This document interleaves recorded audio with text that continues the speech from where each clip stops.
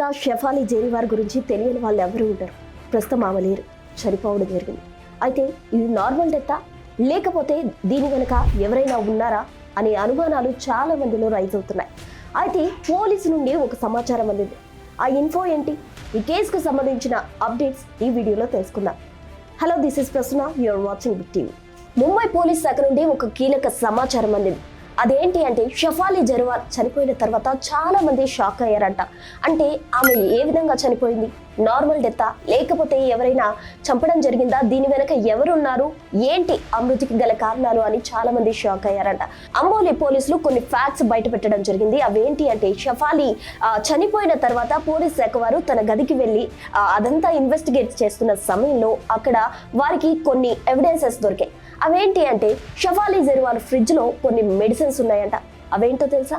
Anti ageing medications, multivitamin tablets, అలాగే ఇంకా తన ఫేర్నెస్ ను ఇంక్రీజ్ చేయడం కోసం కూడా ఆవిడ మెడిసిన్స్ తీసుకునేవారు. ఇదంతా కూడా షెఫాలి జేరివార్ ఎటువంటి డాక్టర్ కన్సల్టేషన్ లేకుండా, ఎటువంటి ప్రిస్క్రిప్షన్ లేకుండా చాలా ఇయర్స్ నుండి కూడా యూజ్ చేస్తున్నట్టు పోలీస్ శాఖ వారు చెప్తున్నారు.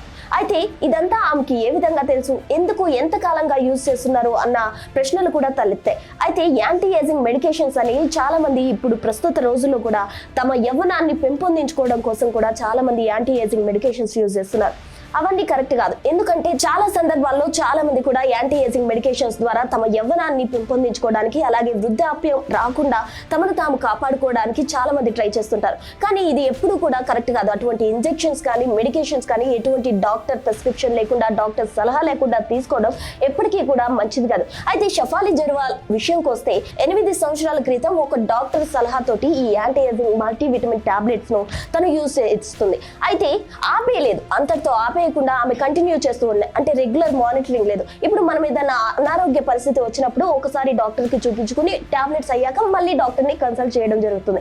కానీ షెఫాలి జేరివార్ మాత్రం ఆ యాంటీ ఏజింగ్ మెడికేషన్స్ విషయంలో రెగ్యులర్ మానిటరింగ్ లేకుండా కంటిన్యూగా ఆవిడ అవి యూజ్ చేస్తూనే వస్తుంది.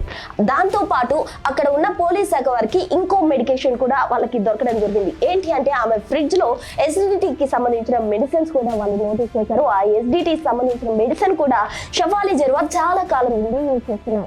ఎందుకు అంటే, దీన్ని బట్టి మనకి ఏం అర్థమవుతుందంటే, షెఫాలి జేరివార్ చాలా కాలం నుండి ఎసిడిటీతో అలాగే గ్యాస్ ట్రబుల్ తో కూడా ఆమె బాధపడుతున్నట్టు తెలుస్తుంది. అయితే వీటికి సంబంధించి కూడా ఆమె ఎప్పుడు డాక్టర్స్ ని కన్సల్ట్ చేయలేదు, అలాగే తన సొంతంగా టాబ్లెట్స్ తెచ్చుకొని యూజ్ చేయడం జరుగుతుంది. ఇక్కడ షెఫాలి జేరివార్ ఏం చేసిందంటే, 8 సంవత్సరాల క్రితం డాక్టర్ సలహా మేరకు ఆమె యాంటీ ఏజింగ్ మెడికేషన్ స్టార్ట్ చేసింది.